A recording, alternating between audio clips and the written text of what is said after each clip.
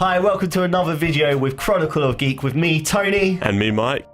And this week we're talking about the Oscars and categories we think should be in the Oscars. Oh, yeah. I mean, we already know what's been going on this year with the supposed new edition of Best Popular Film, which I think they're now scrapping completely, actually. Probably for the best. But, you know, that kind of gave us the idea that, you know what, if we were to have our own categories in the Oscars, what would it be? So me and Tony have 3 categories that we're going to pitch to you guys. And if you guys also have some, leave some in the comments and let us know what it is.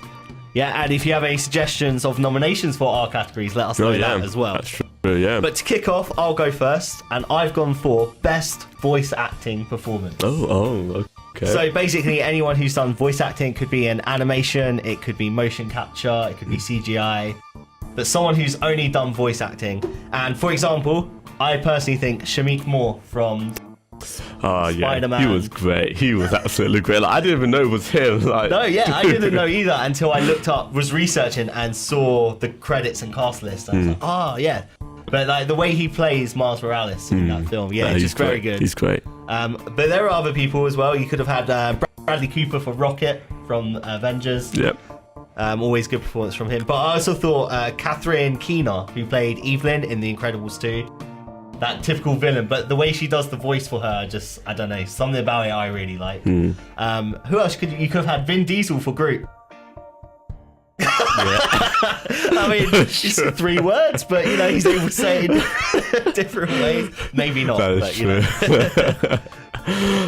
Oh, that's a pretty good category right there. So like for mine, one that is, I feel, should be added on, like if it, I don't know why it hasn't been put on so far, and it's these people are absolutely underappreciated within the film industry, and there's our stunt crew.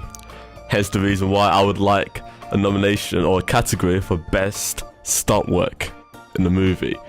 You know, as we know, these guys put their lives on the line and their limbs, everything on the line. Yep. So it's best they to get acknowledged for it and it's all celebrated. And of course, an obvious winner, if this was to be a category, would be Tom Cruise, because come on, the guy does all his own stunts.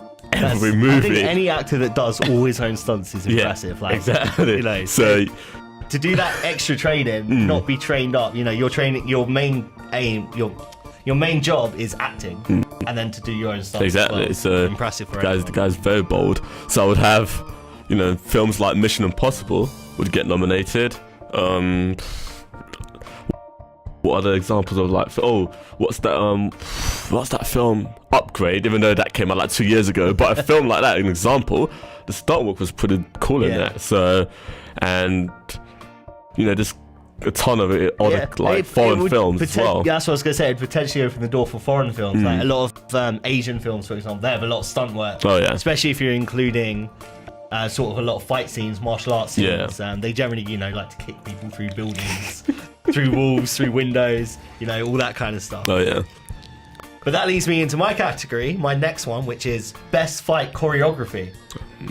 So again, quite similar to Best Stunt Work. It's focused purely on fight scenes and the actual choreography of the fight scene. So not necessarily the stunts around it, not necessarily if they get kicked and go flying through a building, but more the sort of who throws a punch when, how do they block it, how do they duck it, how do they avoid it, that kind of stuff. So it's similar.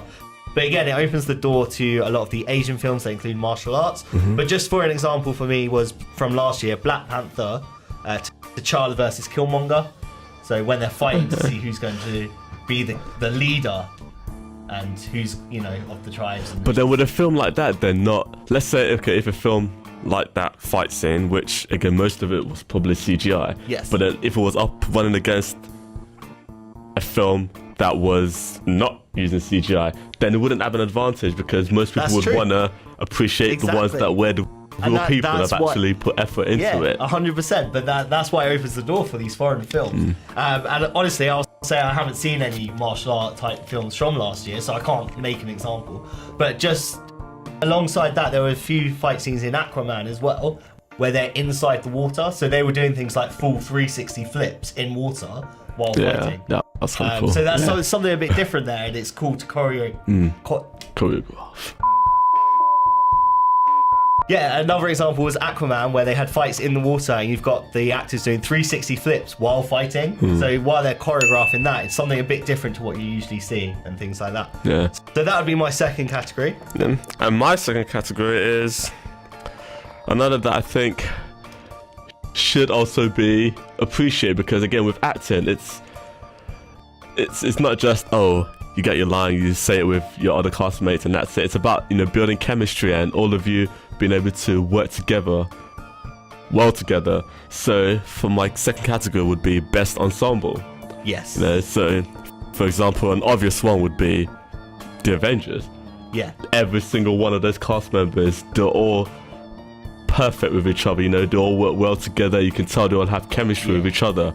And especially for me as well, going on that line, especially as they've all come from their own individual movies. Yeah. So, that chemistry wasn't necessarily there, and they've made it work. Yeah. So, you'd get people like them, even the Guardians of the Galaxy, for example, even like Suicide Squad, give them another Oscar as well for best ensemble. Yeah. So you'd have that, and even with like the Mission Impossible cast as well. Like, outside of the Marvel Universe, the Mission Impossible franchise is something that has really impressed me well, and I'm so glad like they're actually making a lot of money as well. So. Yeah, definitely. And then my final category was best death scene. I think this should be included. You get a lot of death scenes in a lot of movies. Characters die.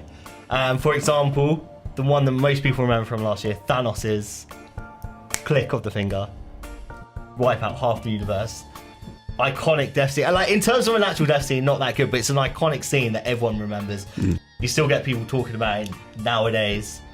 Yeah. But personally, and I know you like this one as well, Michael Myers, Halloween 2018. Oh yeah. There was one kill he made where it was filmed with one shot that outside the house. That one shot literally sold me the movie, because I was like, that is so impressive. Yeah, the way he was going from house to house, spoiler, he was going from house to house just killing all these different people, but they did it in one shot, in one take, and that was just so cool. So like, the way it was directed, the way the camera crew worked, the way it was acted it was very simple, but it was just shot so well. And I'm like, so something like that for me would be great.